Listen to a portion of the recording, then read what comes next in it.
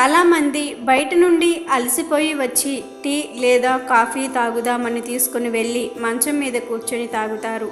కానీ అలా చేయటం చాలా తప్పు. బెడ్ మీద ఎప్పుడైనా సరే తినటం త్రాగటం ఎప్పుడూ చేయకూడదు. కొంతమంది బెడ్రూమ్లో టీవీ ఉంటుంది, దాని వలన టీవీ పెట్టుకొని మంచం మీద కూర్చొని తినటం త్రాగటం చేస్తారు.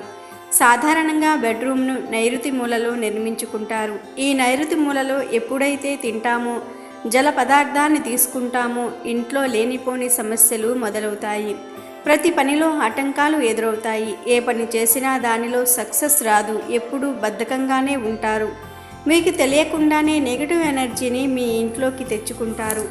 అలా కాకుండా కిచెన్ దగ్గర డైనింగ్ టేబుల్ వేసుకొని తినండి, ఎంతో మంచి జరుగుతుంది. ఎందుకంటే కిచెన్ ఆగ్నేయంలో ఉంటుంది, అంటే అగ్నికి సంబంధించిన దిక్కు. అలాగే కిచెన్లో స్టవ్ ఉంటుంది. స్టవ్ను ఐరన్తో చేస్తారు, అంటే శని కుజుని యొక్క అనుగ్రహం కలుగుతుంది.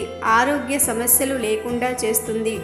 మంచి ఆలోచనలను కలగజేస్తారు. కష్టపడాలి అనే మంచి భావాన్ని కలగజేస్తారు.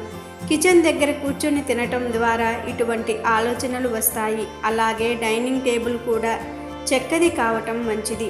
చెక్క అనేది రాహువుకు సంబంధించినది. చెక్క టేబుల్ మీద తినటం వలన రాహువు యొక్క అనుగ్రహం కలిగి మంచి అద్భుతమైన ఫలితాలు వస్తాయి.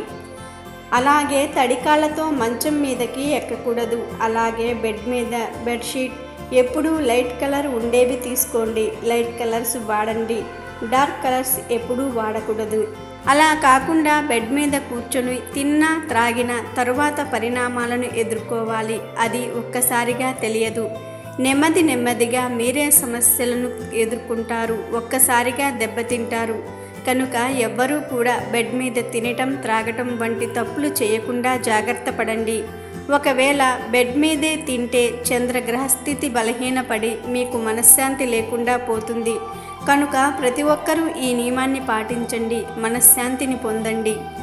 వీడియో నచ్చితే లైక్ చేయండి, షేర్ చేయండి, బట్ సబ్స్క్రైబ్ చేసుకోవడం మర్చిపోవద్దు.